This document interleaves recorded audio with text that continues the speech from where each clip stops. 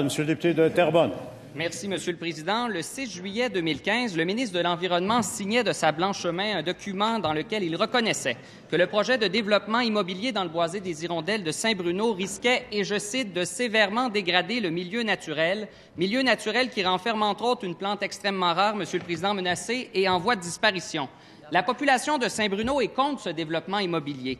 Les groupes environnementaux sont contre. Le conseil municipal de Saint-Bruno est contre, Monsieur le Président. Et là, surprise, on apprend la semaine dernière que le même ministre qui nous disait que les risques étaient très élevés dans le cadre de ce projet risque de l'autoriser quand même.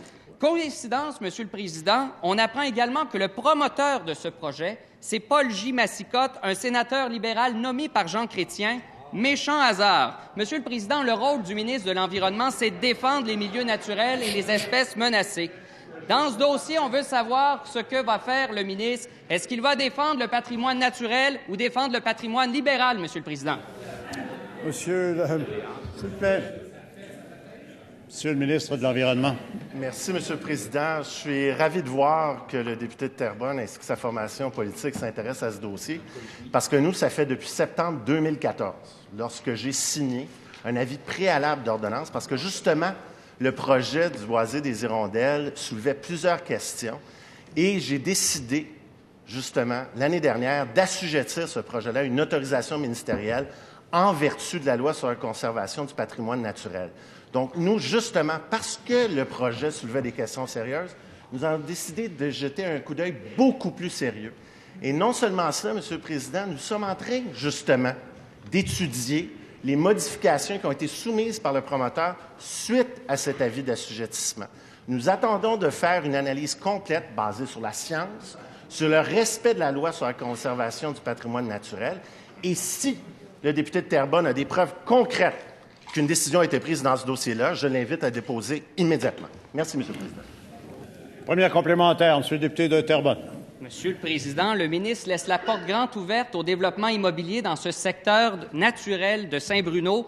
On voit que ce projet ne cadre pas avec le plan d'aménagement métropolitain de la CMM, va à l'encontre de la protection de la biodiversité, voilà, et va à l'encontre de la vie de la population et des élus locaux.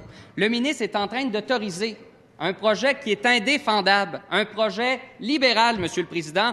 Pourquoi le ministre veut-il défendre davantage un promoteur libéral que l'environnement au Québec?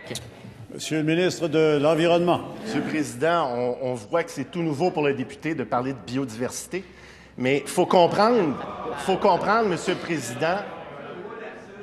S'il vous plaît. S'il vous plaît.